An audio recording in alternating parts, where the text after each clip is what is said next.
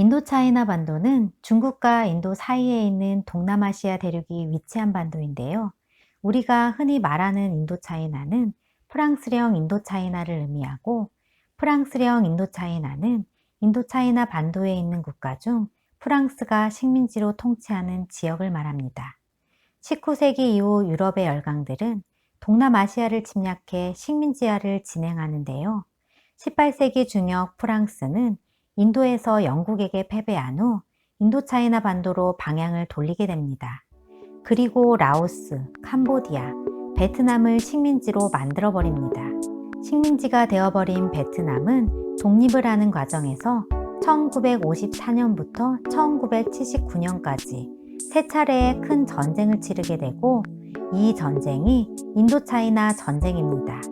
안녕하세요, 지식발대입니다. 구독과 좋아요는 저에게 큰 힘이 됩니다. 나폴레옹 3세는 1848년 2월 혁명으로 들어선 제2공화정에서 대통령으로 선출됩니다. 하지만 1852년 12월 쿠데타를 일으켜 공화정을 붕괴시키고 다음 해인 1853년 12월 황제로 즉위합니다. 나폴레옹 3세는 산업혁명과 근대적 자본주의 경제체제 확립, 파리 도시 정비, 특히 해외 식민지 팽창에 열을 올리는데요. 그는 제국이 곧 평화라고 선언하며 전 세계에 걸쳐 프랑스 민족의 팽창을 문명화라는 이름으로 정당화하고, 무엇보다 아프리카와 아시아 지역으로 식민지를 확대하여 프랑스의 시장을 확보하고 문명을 전파하고자 했습니다. 이런 나폴레옹 3세의 식민지 정책으로 1856년 영국과 함께 제2차 아편전쟁에 참가하여 승리하고 1860년 승전국으로 베이징에 입성합니다. 프랑스는 상하이에 외국인이 자유롭게 거주하고 치해법권을 누릴 수 있는 구역인 조계지를 설치하고 중국 남부와 베트남에 대한 영향력을 확보하여 프랑스는 베트남을 식민지화하기 시작합니다. 한편 스페인 선교사인 호세 마리아 디아스 상우로우 신부는 선교활동을 위해 1845년 베트남으로 가는데요. 교황청은 그를 1852년 8월 26일 베트남 중부의 교구 목사로 임명합니다. 19세기 중반 베트남의 가톨릭 교도가 45만 명으로 늘어나자 그 당시 베트남 웅유엔 왕조의 뜨득 황제는 대대적인 기독교 탄압을 시작합니다. 1840년부터 1860년까지 유럽인 선교사 25명과 베트남 성직자 300명을 처형하여 2만 명의 신도가 죽고 그들의 마을을 완전히 파괴합니다.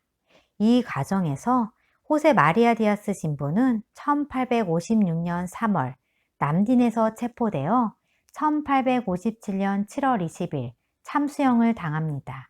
처형된 그의 시신과 절단된 머리는 강물에 던져지고 맙니다. 프랑스는 호세 마리아 디아스 신부 사례와 선교사들이 박해당하자 그에 대해 응징을 하고 베트남의 프랑스 근인을 주둔시키기 위한 목적으로 1858년 스페인과 연합하여 베트남과 전쟁을 시작합니다.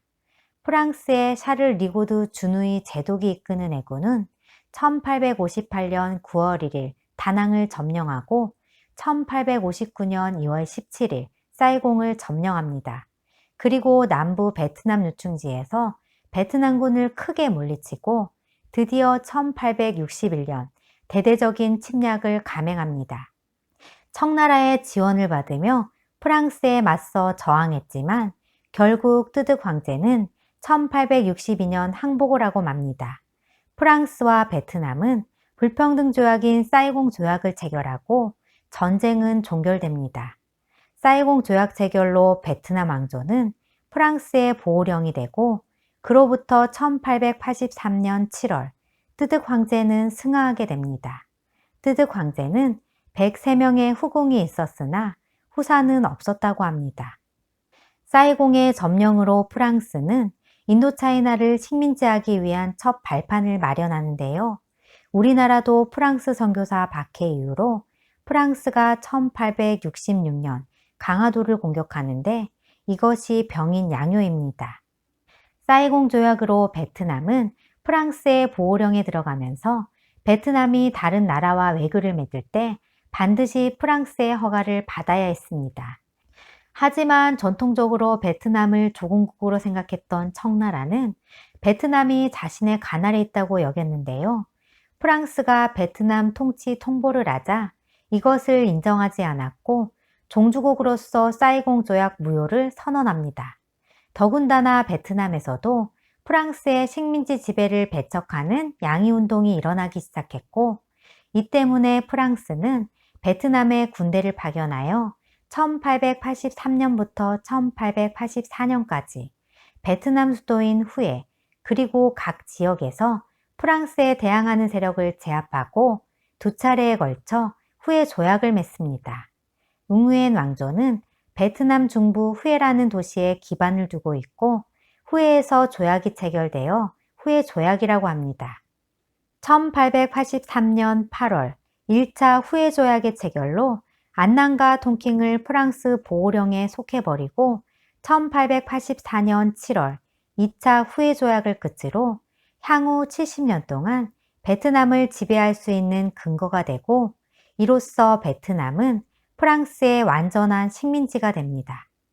이에 청나라는 베트남 북부에 군대를 파견하고 중국 의용군인 흑기군과 연합하여 프랑스의 항전을 시작으로 청불 전쟁이 시작됩니다. 1884년 8월 5일 프랑스 극동함대는 크루베 사령관을 앞세워 타이완의 지룽을 공격하고 청나라군과 격돌하는데요. 이 전투에서 프랑스 극동함대는 상륙에 실패하고 많은 피해를 입습니다. 프랑스는 이 전투의 피해 보상을 청나라에 요구하지만 청나라가 거절하자 8월 21일 다시 푸저우를 공격하고 청나라 수군의 선박을 모두 괴멸합니다. 이것을 마강해전이라 부르고 청나라는 전투의 패배로 근대적인 함대 구축의 필요성을 인식하게 됩니다. 1885년 초 프랑스 해군이 닝보를 봉쇄하고 펑호 군도를 점령합니다. 당시 청나라 내부에서는 프랑스와의 전쟁을 두고 의견이 일치되지 않아 혼란이 계속되는 상황. 결국 베트남 랑손에서 청나라와 프랑스가 격돌하게 되고 랑손을 서로 한 번씩 점령할 만큼 치열한 전투를 벌입니다. 하지만 1885년 3월 청나라 정부는 텐진에서 프랑스와 강화 조약을 체결하고 결국 베트남에 대한 프랑스의 보호권을 인정하게 됩니다. 그리고 청불전쟁은 끝이 납니다.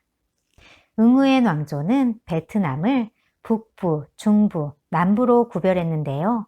베트남이 프랑스의 보호령이 되면서 프랑스는 북부를 통킹, 중부를 안남, 남부를 코친차이나로 명칭을 부여합니다.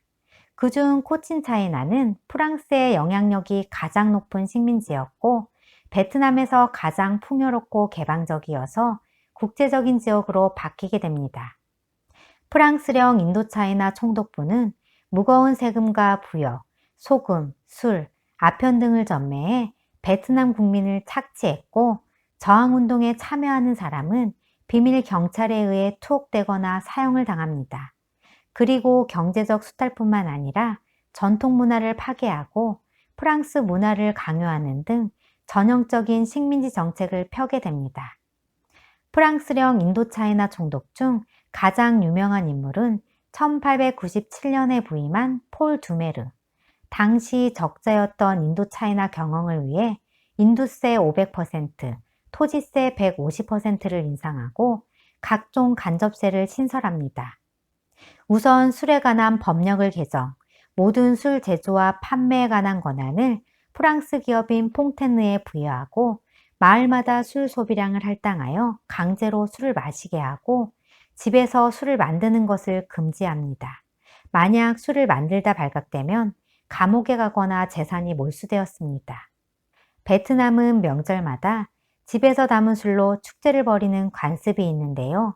총독부의 술 제조 금지령은 베트남 생활 문화를 파괴하는 행위였습니다.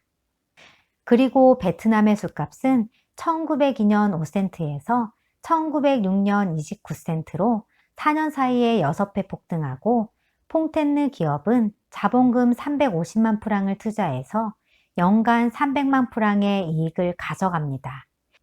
이후 폴 두메로는 소금을 전매하고 소금값은 10년 만에 5배가 상승, 그리고 아편마저 독점, 아편 가격이 2배로 오르고 흡연자 역시 2배 이상 증가하게 됩니다.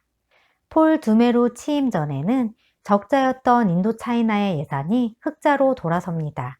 하지만 그건 술과 아편, 소금의 전매로 베트남 국민의 재산을 착취하여 생긴 경제적 이익이었습니다. 그리고 가장 큰 악정은 베트남의 토지를 프랑스에서 이주해오는 기업과 사람들에게 나누어 주면서 베트남 민중들의 생활 기반을 빼앗은 것인데요. 코친차이나 토지 중 총 36만 헤타르가 프랑스 이주민에게 넘어갔고 거기에 소수의 대지주가 동참하면서 대부분의 농민들이 소작인으로 전락하고 궁핍한 삶을 살아야 했습니다. 이것이 나중에는 인도차이나 공산당 조직이 결성되는 하나의 계기가 됩니다. 이 공산당 조직을 베트남 독립동맹이라 하고 이들을 주축으로 베트남 독립전쟁이 전개됩니다. 오늘은 베트남 식민지에 대해 알아보았는데요. 다음 편도 많이 기대해 주시고 내용이 도움이 되셨다면 구독과 좋아요 꼭 눌러주세요.